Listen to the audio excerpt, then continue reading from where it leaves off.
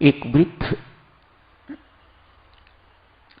किसी ऐसी जगह पर जाया करते जहां सत्संग होता था, जैसे इंडिया इंटरनेशनल सेंटर या चिन्मया मिशन, जो बड़े बड़े स्थान हैं जहां साधारण लोग सत्संग के लिए जा नहीं सकते, जहां उनके प्रवचन छोटे लोगों के प्रवचन नहीं होते, बड़े बड़े संतों महात्माओं के प्रवचनों का जहां आयोजन होता है, वहां पर एक संत महात्मा गए हुए थे, जहां पर लोग इस प्रकार नहीं बैठते, कुर्सियों पर बैठते हैं, एयर कंडीशन इत्यादि। मानो जो लोग एलीट सोसाइटी के हैं, जो बड़े बड़े हैं, जिनकी समझ ज्यादा समझी जाती है, जो चीजों को जो गहन से गहन है उन्हें भी ग्रास्प कर सकते हैं, ऐसे लोगों की गैदरिंग में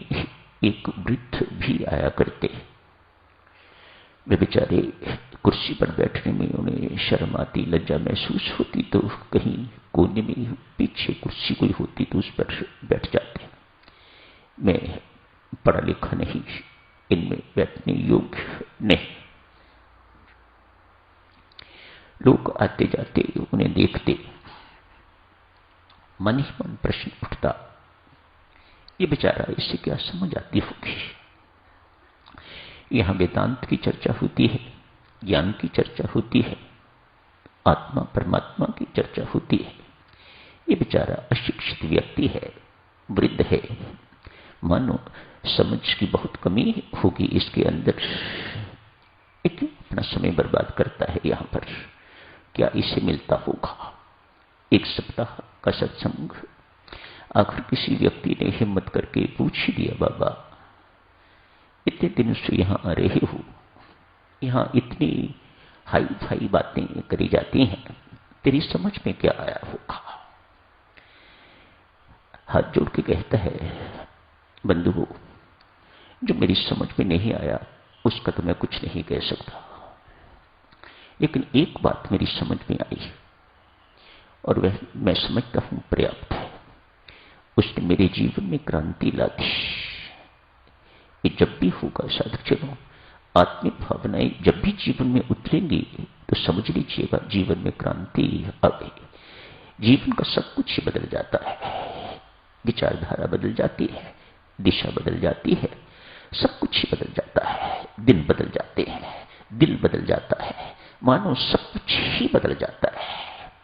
तब व्यक्ति अफसोस भी महसूस करता है, अपनी पिछली जिंदगी ऐसे ही बर्बाद कर दी। एक क्षण का काम था जो इतनी देर तक ऐसे ही रहा, आज वैसी ही घटना साक्षात उस वृद्ध के साथ घटित हो गई है, तो वैसे ही आता है।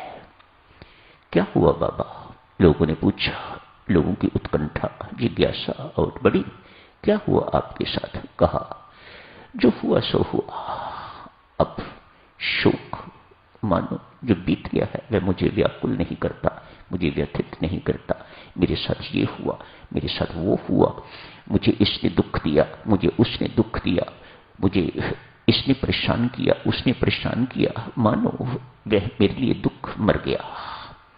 वर्तमान में रहते हुए मेरा किसी के साथ मोह नहीं है, नो अटैचमेंट एट ऑल। मानो मेरी जिंदगी में वर्तमान दुख नहीं है,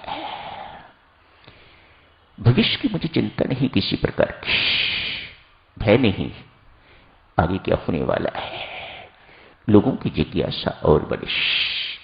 आखिर बाबा तेरे साथ हुआ क्या है जो ऐसा तू महसूस कर रहा है कि तू एक बहुत परिवर्तित व्यक्ति है, तू तेरे पास कुछ न होते हुए भी तू कंगाल नहीं है, तू शहंशाहों का शहंशाह अपने आप को समझता है, बादशाह समझ रहा है तू, आखिर तेरे साथ हुआ क्या है।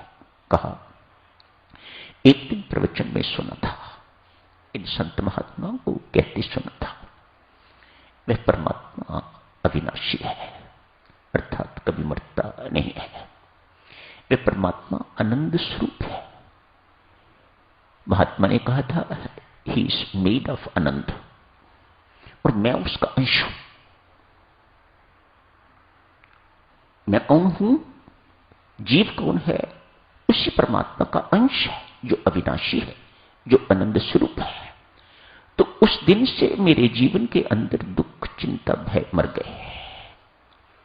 मैं इतना ही समझ पाया, सागर का अंश एक बूंद, बेशक एक बूंद ही हो, लेकिन है तो पानी। मैं उस सच्चिदानंद घन परमात्मा से भिन्न कैसे हो सकता हूं? यदि उसका स्वरूप सच्चिदानंद है, सच्चित एवं आनंद है, और मैं उसका अंश हूं। नमक का अंश नमक, चीनी का अंश चीनी, गेहूं का अंश, आटे का अंश आटा। तो परमात्मा का अंश परमात्मा क्यों नहीं? मैं उस सच्चिदानंद घन परमात्मा का अंश सच्चिदानंद क्यों नहीं हो सकता? मेरे जीवन में दुख कोई स्थान नहीं है, मेरे जीवन में चिंता का कोई स्थान नहीं है, मेरे जीवन में भय का कोई स्थान नहीं है। क्यों? यदि उसमें नहीं है तो फिर मेरे में कहां से आ गया? यदि है तो मेरी अज्ञानता है। इसे ही साधक चुनो अविद्या कहा जाता है। विवाह हो गया, सरनेम बदल गया। मात्र सरनेम ही नहीं बदलता, सरनेम बदल जाए तो कोई बहुत परेशानी वाली बात नहीं। देवियों, आप तो जानती हो, ससुराल जाती हो, जहां आपका सरनेम बदलता है वहां मायके के रीति रिवाज भी नहीं चलते, रीति रिवाज भी उनके चलते हैं। तो जो मन का धर्म है, जो बुद्धि का धर्म है, जो इंद्रियों का धर्म है, इनके साथ यदि आपकी आइडेंटिफिकेशन, इनके साथ आपका तादात्म्य हो गया है, इनके साथ आपका विवाह हो गया है, तो स्पष्ट है इनके धर्म भी आपके जीवन में उतरेंगे। आप अपने आप को, यदि ये मरते हैं तो आप भी मरते हो, because you identify your self with body. बुद्धि के साथ, इंटेलेक्ट के साथ, मन के साथ, दुख के साथ, सुख के साथ आप अपने आप को आइडेंटिफाई करते हो, तो फिर जो कुछ उस ससुराल में होता है वह आप पर भी घटित होता है। So simple to understand. यही अविद्या है, यही अविद्या की ग्रंथि है। साधक सुनो, राम नाम जब जगे अभंग, चेतन भाव जगे सुख संग, ग्रंथि अविद्या टूटे भारी। ये ग्रंथि है, ग्रंथि अविद्या टूटे भारी, रामलीला की खिले फुलवारी।